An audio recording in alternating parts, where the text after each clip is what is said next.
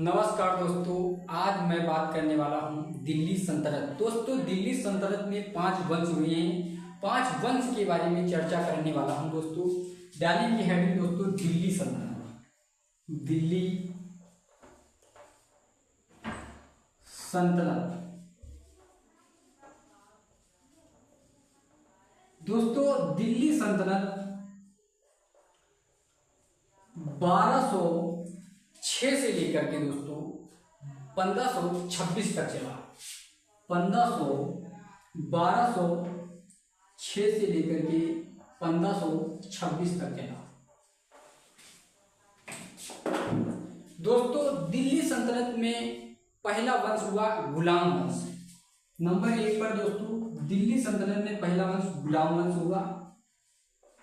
गुलाम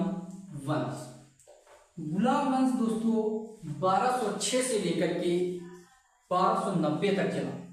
1206 से लेकर के दोस्तों 1290 तक चला। दूसरा वंश दोस्तों हुआ खिलजी वंश। दोस्तों, खिलजी वंश 1290 से लेकर के खिलजी वंश दोस्तों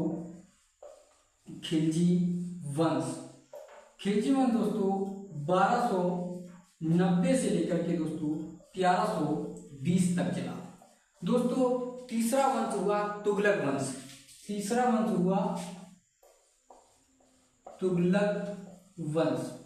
दोस्तों, तीसरा वंश तुगलक वंश हुआ 1320 से लेकर के दोस्तों 14 तक चला।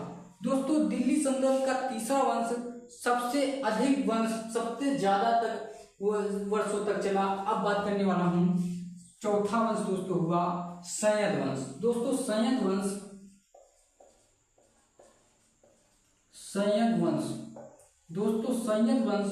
1414 से लेकर के 1451 तक चला।